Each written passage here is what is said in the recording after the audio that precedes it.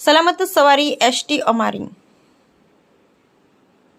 ગુજરાત રાજ્ય માર્ગ વાહન વ્યવહાર નિગમ દ્વારા કપડવંજ મુકામે બાંધવામાં આવનાર નવીન એસટી ડેપો વર્કશોપનો ખાતમુહૂર્ત સમારોહ યોજાયો।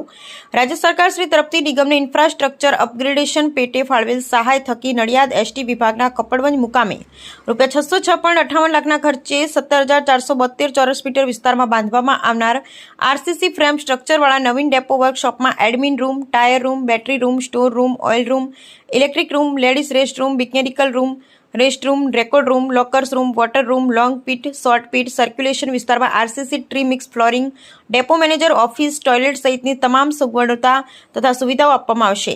આ પ્રસંગે સાંસદ શ્રી દેવસિંહ ચૌહાણે જણાવ્યું હતું કે આજે ગુજરાતમાં નવા એસટી બસ સ્ટેશન, વર્કશોપ નિર્માણ ને વોલ્વો એર કન્ડિશન જેવી આધુનિક બસ દ્વારા પરિવહનની આરામદાયી સુવિધા ઉપલબ્ધ કરવામાં આવી છે।